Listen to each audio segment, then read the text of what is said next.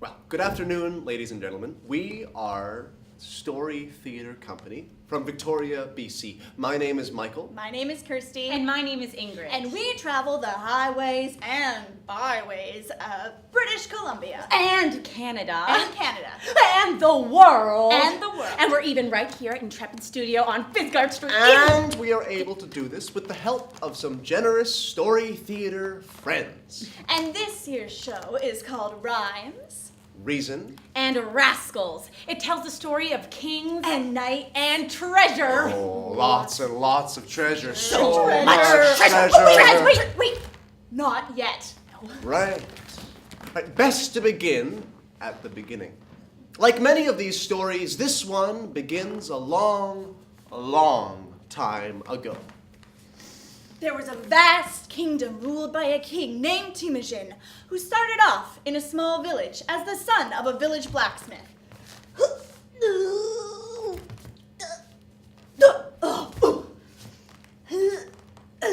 But, it wasn't long before Temujin realized that he was destined to be more than just a blacksmith apprentice.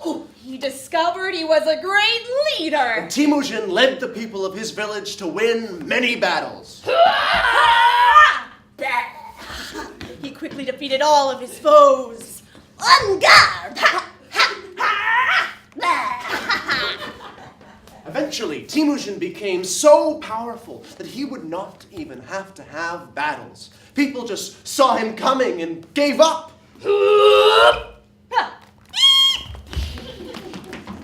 Soon, there were no more lands to conquer. Temujin's empire was so vast, he could walk every day of his life and never leave his land. Oh, my knights! How will I show the people how great I am if there are no more battles left to win? Temujin had really changed and was no longer the young blacksmith from the small village. Tell me, my knights, how can I become even more powerful? Speak, you! You could take stuff. What? Treasure. You could collect people's treasure. Yeah, if you had more stuff, people would have to see how great you were. And besides, since you rule the empire, all this stuff is basically yours anyway. Oh, treasure. Yes, I will become rich and even more powerful. Wow, Temujin, what a great idea. Stuff. Treasure. So Temujin called his many knights together to make a proclamation. Knights of my empire, ride out and find me treasure. Bring it all back to me. I wish to be truly, amazingly wealthy. So bring you some treasure. Not some, a lot. What people can spare? No, all of it. Temujin had really changed. Yep. So off they rode. Off they rode. See what we mean? And because his empire was so huge, it took years for the knights to return. And eventually they did come back with silks and spices from the far east of your empire. Excellent. Bring me more. They brought him artwork and clothes from the far west of your empire. Oh, that's a good start. Oh, they brought him rare animals and fine jewelry from the south of his empire. Put it over there with the rest of it. And soon it did not even matter what was brought to him. Gold and furs from the far north of your empire. Whatever. Because it was just more stuff. Treasure. Soon, Temujin had so much treasure that it stopped seeming all that valuable to him and was, well, just more stuff. And worst of all, people no longer thought that he was such a great leader. Sure, he ruled a vast empire. Sure, he won a lot of battles. And maybe he had a lot of stuff. But his people didn't like him. No, they kind of feared him and were scared of him with all of his fighting and taking of things. Yes. They stopped calling him by his small town name of Temujin and started calling him by his title because it sounded mean and scary. Oh no, he's coming. Ooh. Who's coming? Ah! Who did you say was coming? Genghis Khan! And Genghis Khan had a vast empire, and the unhappy. And the people of his empire were unhappy. And it was an unhappy time. Because he was unhappy, Temujin set out his knights to find more treasure. More? More! But there was a new kind of knight in the land. Knights that grew up after all the battles were finished and the treasure was piling up. Knights who found a new way to be a knight. They went to school, they'd learned. One, Harley, who traveled far into Russia to the universities that were famous there. One, Bree, had went to the Middle East to learn about the famous leaders of history. And one, Pan, who traveled to the ancient kingdom of Greece, which was famous for its great teachers and philosophers. But meanwhile, at the center of his empire, Genghis Khan grew ever more unhappy. And his people became unhappy when he heard them muttering in their unhappiness.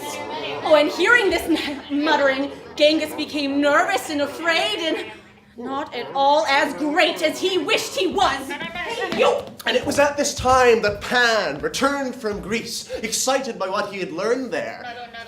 Everywhere there was muttering. Oh, my knight, you have returned! Now listen, the people speak about me. They say awful things. What am I to do? I'm sorry, my king, but you sent us out to find things of value, treasures for you, so that is all I have to offer you. Fine. Once treasures brought me happiness, maybe yours will cheer me up. Oh, I'm sure it will. It's a great work of art, a poem by an amazing teacher, a poet named Socrates. Would you like to hear it? Oh, a poem? I do like works of art. Is this Socrates really famous? Oh, yes, almost as famous as you. Almost. Very well. You may tell me this poem. It is called The Triple Test of Gossip. That's an odd title. I hear Genghis Khan has ugly horns on his head. Did you hear that? They said I have horns! The triple test of gossip is a test you must impart before taking their words to heart. What? Think first if what is said is true. If not, then it is not spoke of you. Well, you're right. It's not true. I don't have any horns. Then think if what is said is good. Before taking it to heart, you should. And what good is there in me thinking about these horns that I do not have? Then finally, in this test, you must ask if it is useful what they say. And it is not useful for me to waste my time thinking about these horns that I very obviously do not have. And that is the end of the poem. What, and the muttering? I don't hear it anymore. That's because you aren't listening anymore. Oh, by the way, the last line of that poem didn't rhyme. Well, it wasn't really a poem to begin with. Just a bit of advice I learned that I thought was really a treasure. I'm not so good a poet. Well, you're no Socrates. So what you're saying is that what someone says is only really worthwhile if it is true, if it is good, and if it is useful. Now that is some truly valuable treasure. The first treasure that's brought me happiness in a long time. Well, think about that for a bit, Temujin. And Temujin did. And soon the muttering was a thing of the past, because it was not true, nor was it good, and it certainly wasn't useful. I used to think that gold and clothes and money were important, but Socrates' advice really got me thinking. True, good, useful. Meanwhile, Bree had returned from her travels to the Middle East and walked in on Genghis, lost in thought. Just something I was doing. What brings you before me? Oh, well, I've done as you've asked. I've traveled to the far reaches of your kingdom and returned with treasure. Oh, well, wonderful, but I don't think I need any more furs or money. Oh, good, I didn't bring any of those. I see. Well, I brought something to maybe change the way you think about the value of things. What good timing. See, once upon a time there was this famous king, almost as famous as you. Really? Oh, and his name was Solomon, and in his kingdom he had one of the greatest bakers ever. This baker could bake pies and cakes and cookies. But you knew this baker was good because even the bread was irresistible and so popular that people came from miles around to the bakery. The smell of the bread brought the townfolk out in droves. The bread practically flew off the shelves. Ooh, bread! White bread, brown bread, whole wheat and bran, chocolate croissants, fresh out the pan. White bread, brown bread, whole wheat bran, chocolate croissants, fresh out the pan. And then one day, something strange happened. White bread, brown bread, whole wheat bran, chocolate croissants, Smells fresh out the pan. delicious! White bread, brown bread. Oh, none for me, thank you, but smells great. Good day. Good day. But she didn't even pay. Wait just 1 second. Stop, thief, you sniffer of my bread. Ooh.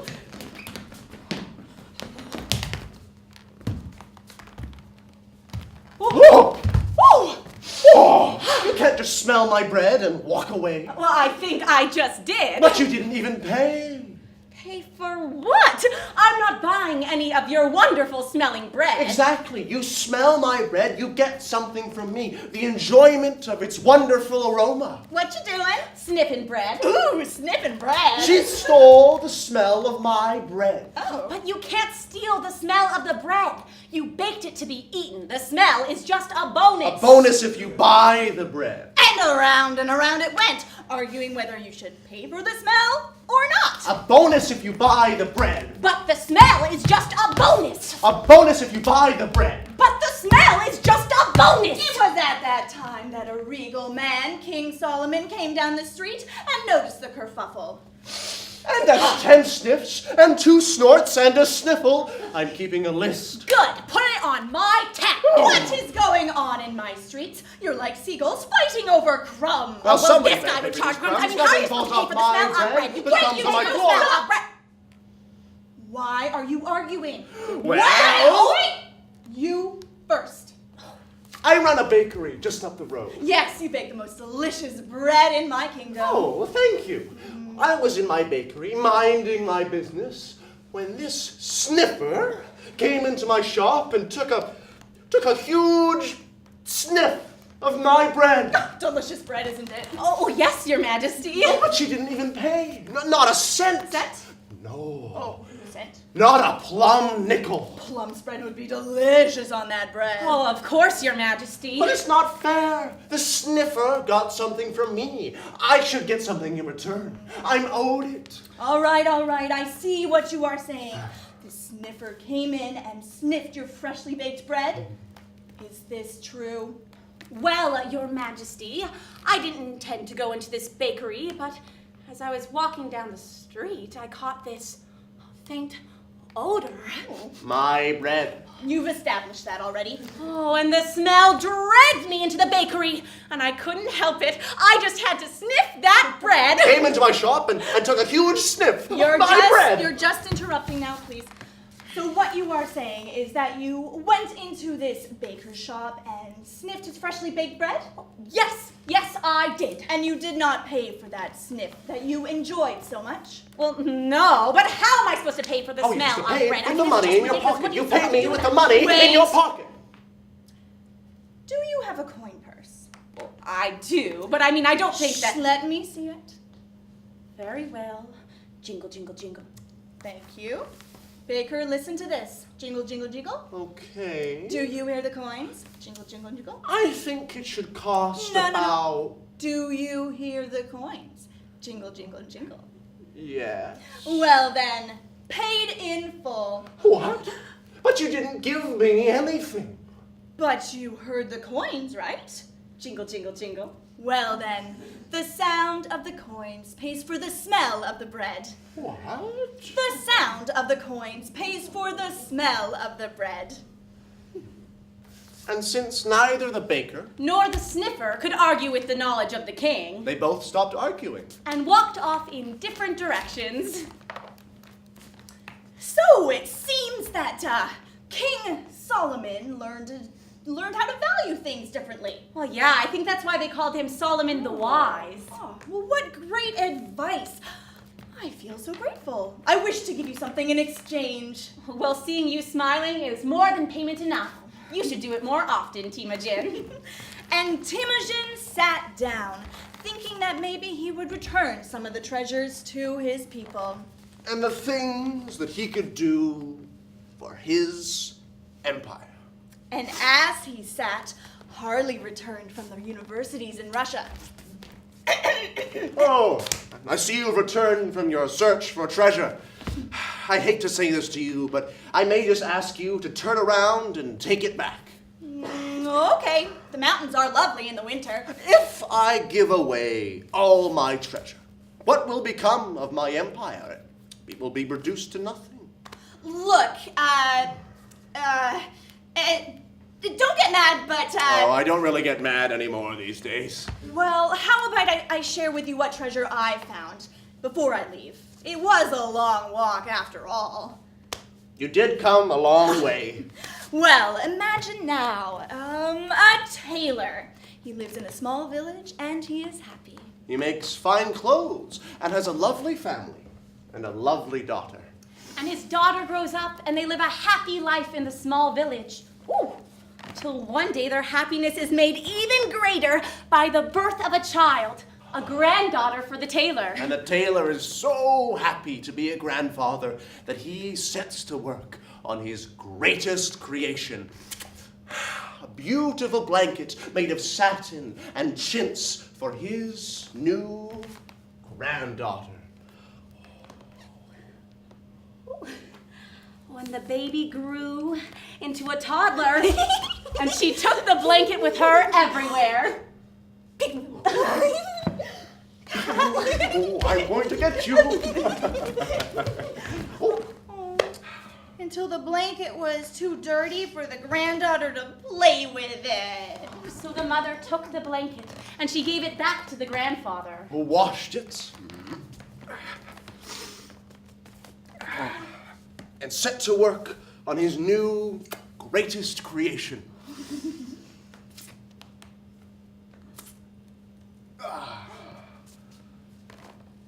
A lovely skirt for his new granddaughter. Go the next one up. Oh, it seems to fit quite nicely. Ooh. Oh. And the granddaughter wears it to school proudly. And she wears it every day in the snow and the rain and the scorching sun. Ooh. Until it's torn and muddy from playing. Oh, and so she brought the skirt to her mother, who brought it back to her grandfather. Who washes it again and sets to work on his new greatest creation.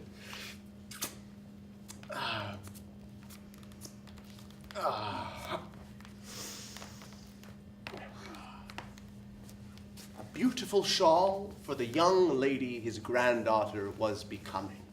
And the granddaughter wears it throughout the town, to choir, to dances, and on cold evenings with friends. And it is such an important part of the young woman's life That on a very important evening, she brought the shawl to her mother, who gave it to her grandfather. The grandfather, with tears of pride in his eyes, washes it tenderly and sets to work on his newest, greatest creation.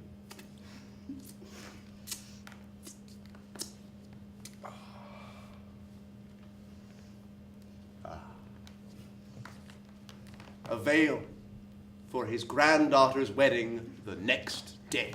And the granddaughter walks down the aisle, wearing the beautiful veil, and everyone in the village watches and cries. Wearing clothes you should know the grandfather himself has made.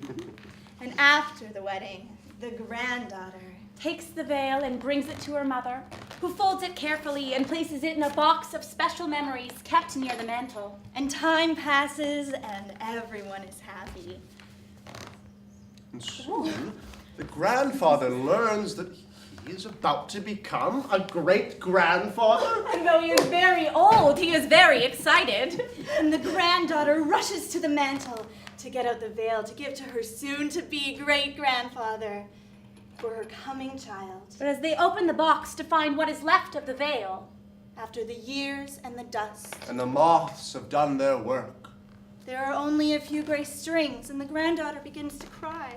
And the grandfather sighs, picks up the strings, and says, there is nothing left, and I am much too old to start from scratch. Even I cannot make something from nothing. but the mother comforts them both and whispers that this is not so. Daughter, tell your child the story of your grandfather, who made for you as a baby such a lovely blanket, which he then transformed into a beautiful skirt. Which then became a lovely veil for the happiest day of our lives. Tell your child this story of your grandfather, and together you will have created something that you can give to your child. A story that can be told forever. Something from nothing. And so that story became a great treasure that was passed down through generations. Even more than that, I believe that it was given to one of the greatest empires of our time, Genghis! Please, just call me Temujin. And learning to value wisdom. Which he knew was the greatest treasure of them all. He stopped trying to be a great king. And tried to be a wise king. And he was. His kingdom valued learning and knowledge. And opened a trade route called the Silk Road. He stopped promoting people because they were his friends and gave people jobs that were great at what they did. And his empire was filled with people from all different backgrounds and lands. And they still tell stories of the Mongol Empire and Genghis Khan. Even though he asked everyone to call him Temujin. The end. Thank you all very much. And so, that was the end of our scripted part of the story, but now we're going to share with you something really fun. It's called the one-word story game, where we create a story here right up on the spot, all new.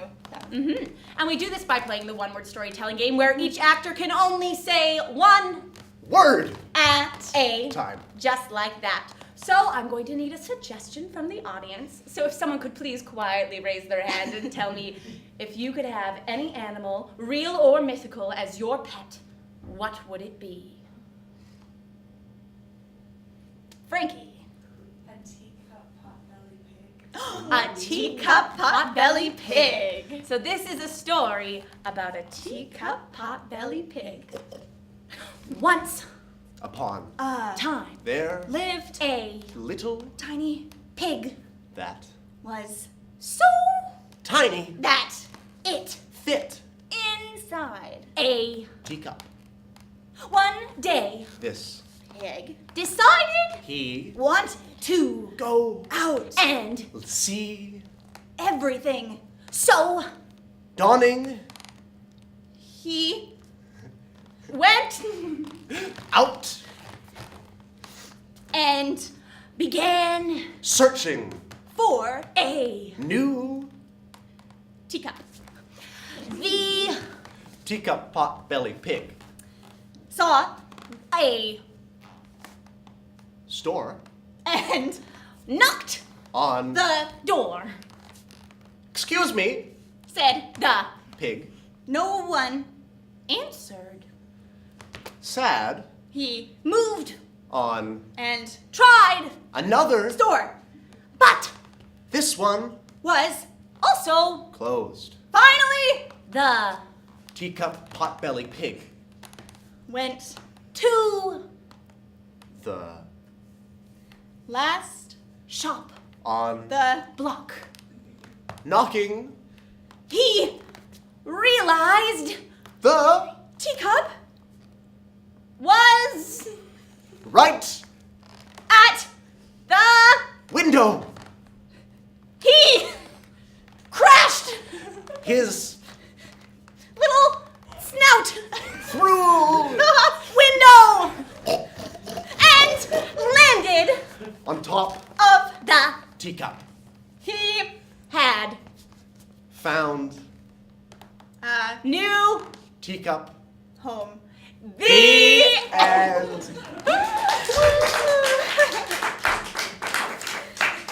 So that was the one-word telling story, and as you can see, we all have a lot of fun trying to get our three brains to work as one.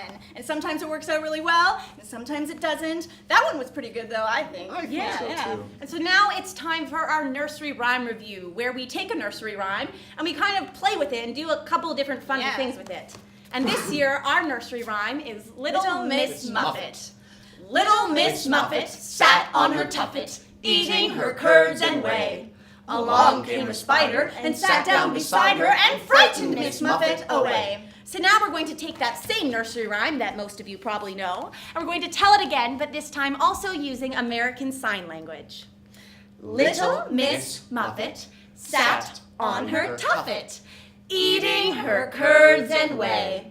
Along came a spider and sat down beside her and frightened Miss Muffet away. And we can also sing Little Miss Muffet to different types of music. Oh yeah, music. Little Miss Muffet, Classical. Little Miss Muffet Sat and ate her curds and whey. Sat on her tuffet, sat on her tuffet. Little Miss Muffet ate her curds and whey. along came a spider, along came a spider. He sat on down right beside her. He was quite big and very hairy, and little Miss Muffet found him very scary. She ran away, far away, for as we know she's running to this day. Oh, oh,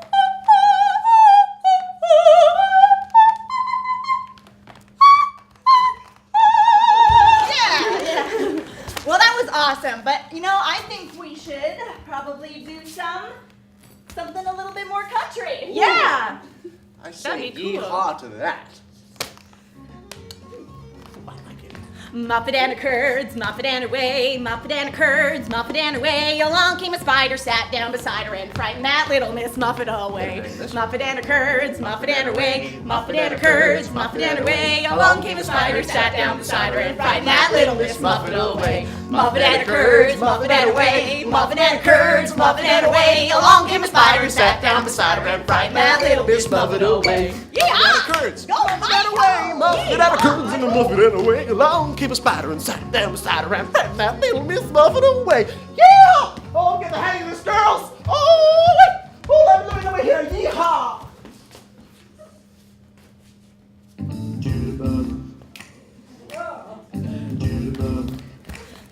Hey, little Miss Muffet, what you doing sitting there on that tuffet? Hey, little Miss Muffet, won't you share your curds and whey? He came right down and sat beside her. She didn't like it 'cause he was a spider. She was scared but kept on eating, and then she started to move away. Before you go and take off prancing, let me show you how he legs are good for dancing. Hey, little Miss Muffet, take me dancing tonight. Spun in my web all tight.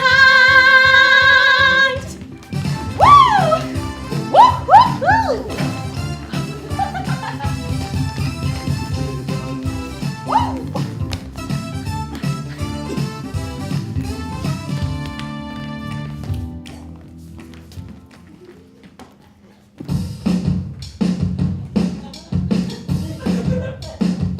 I eat my curds and whey. I eat them every day. Don't care what people say. I eat my curds and whey. But I keep eating. It's my favorite treat. And it's like I've got this craving in my mind. Gotta eat it all the time. But the spider's gonna crawl, crawl, crawl, crawl, crawl, expecting me to ball, ball, ball, ball, ball. But I'm not scared at all, all. Got my curds and whey, hey, hey. Spider's gonna crawl, crawl, crawl, crawl, crawl, expecting me to ball, ball, ball, ball, ball. But I'm not scared at all, all. Got my curds and whey, hey, hey. Curds and whey, hey, hey. Hey, hey, hey, come sail away.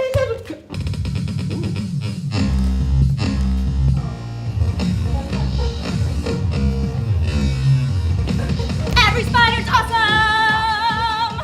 Every spider's cool when you're part of a team.